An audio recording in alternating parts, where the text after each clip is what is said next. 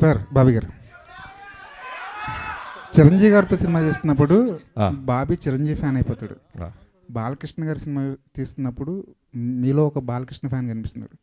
ఏంటి ఆ వేరియేషన్స్ ఎలా వస్తుండే సినిమాకి? ఇప్పుడు జనరల్గా నేనే కాదండి, ఎనీ టెక్నీషియన్ ఫస్ట్ మా డైరెక్టర్ గురించి చెప్పాలంటే మేము ఏ హీరోతో చేస్తున్నా వాళ్ళు తప్ప మాకు ఎవరు కనపడరు. ఆ హీరోనే మాకు దేవుడు, ఆ హీరోనే మాకు సర్వం. సో ప్రాణం పెట్టేస్తాం. ఈవెన్ మీరు గమనిస్తే లొకేషన్లో ఆ సినిమా అయిన జైలోకి చేస్తున్నప్పుడు తారక్ గారు, రవితేజ గారితో చేస్తున్నప్పుడు రవితేజ గారు, ఆ సినిమాకి మేము ఏం పెట్టాలో అది పెట్టేస్తాం. వాళ్ళు మాకు సూపర్ హీరోస్ అంతే. వార్ ఎపిసోడ్స్కి ఎంత ప్రాధాన్యం ఉంది, ఎంత నీడి ఉంటుంది ఏంటండి? వార్ ఎపిసోడ్స్ గురించి చెప్తున్నారు కదా. వార్ ఎపిసోడ్స్ కాదు, మీరు చూసిన శాండ్ స్టామ్ అయి ఉండొచ్చు, horse episodes, not only horse, చాలా అన్ని రకాల ఫైట్స్ ఉంటాయి, అన్ని రకాల ఎమోషన్స్ ఉంటాయి దీంట్లో. అన్నీ కలిపి చెప్పాను కదా ఇందాకే, మళ్ళీ అంతకుముందు చూసిన బాలకృష్ణ గారి సినిమాలకి చాలా డిఫరెంట్గా ఒక కొత్త అవతారాన్ని చూడబోతున్నారు అంతే. బాబీ గారు లేడీస్ ఫస్ట్. Thank you.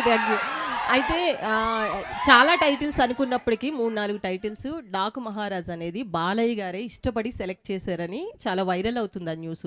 నిజంగా ఆయన ఈ టైటిల్ని యాక్సెప్ట్ చేశారా, లేకపోతే మీరు అనుకుని పెట్టిందా?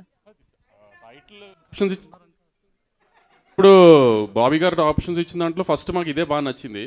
మేమిద్దరం బాగా ఫిక్స్ అయిన తర్వాత ఇంకా హీరో గారికి చూపించిన తర్వాత హీరో గారు కూడా మీరు అంత కాన్ఫిడెంట్ ఉన్నారు కదా వెళ్ళిపోదామని అన్నారు. ఏం ఆయన ఎప్పుడు డినై చేయలేదు అలా ఏమి. బాలకృష్ణ గారు ఏ విషయంలోనూ ఆయన కమాండ్ చేయరు.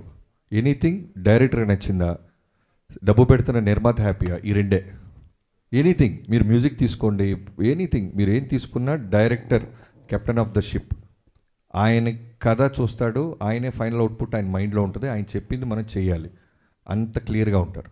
బాబీ గారు ఇక్కడ అన్స్టాపబుల్ ముందు బాలకృష్ణ గారు వేరు, అన్స్టాపబుల్ తర్వాత బాలకృష్ణ గారు వేరు. హ్యూమర్ చాలా అందరికీ తెలిసింది. వాల్తేరు వీరలో చిరంజీవి గారితో చాలా కామెడీ చేయించారు. ఇందులో కూడా బాలకృష్ణ గారు హ్యూమర్ చూడొచ్చా? అన్స్టాపబుల్ తర్వాత బాలయ్యబాబు గారు వేరు అన్నట్టే, డాకు మహారాజ్ తర్వాత బాలయ్యబాబు గారు వేరు అన్నట్టు ఉంటుంది అంతే.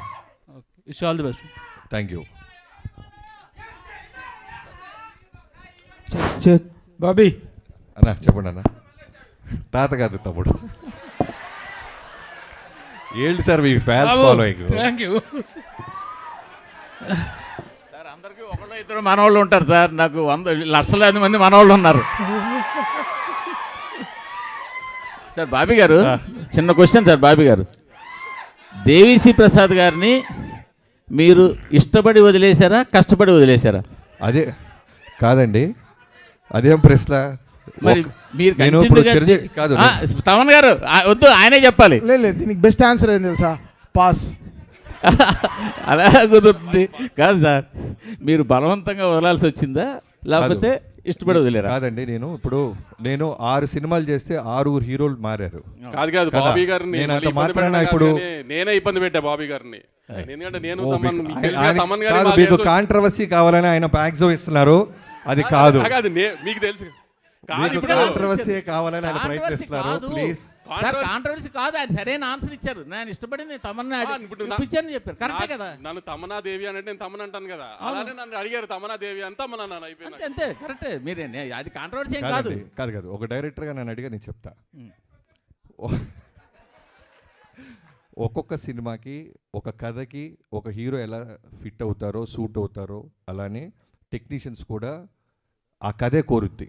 ఈ సినిమాకి తమన్ గారే కరెక్ట్ అని మీ టీం అందరూ భావించాం. సో తమన్ గారు ఈ సినిమాకి, ఇలాంటి సినిమాకి దేవి మ్యూజిక్ ఇవ్వలేరంటారా? మీకు మళ్ళీ కాంట్రవర్సీ కావాలి? కాదు, మీరు అంటున్నారు కథ డిమాండ్ చేసి. కాదు తాతగారు, సారీ మూర్తి గారు, కాదు మూర్తి గారు, మీరు ప్రతి ప్రశ్నలోనూ వెతుక్కుంటే దానికి సపరేట్ సిటీకి పెడతాం. ఎందుకంటే ఒక సినిమా రాయడానికి ఎంత కష్టపడతామో, కాంట్రవర్సీ సైడ్ వస్తే మేము కూడా కొంచెం కొద్ది గొప్ప మీలాగా సపోర్ట్ చేయగలం. అది సపరేట్ మీటింగ్.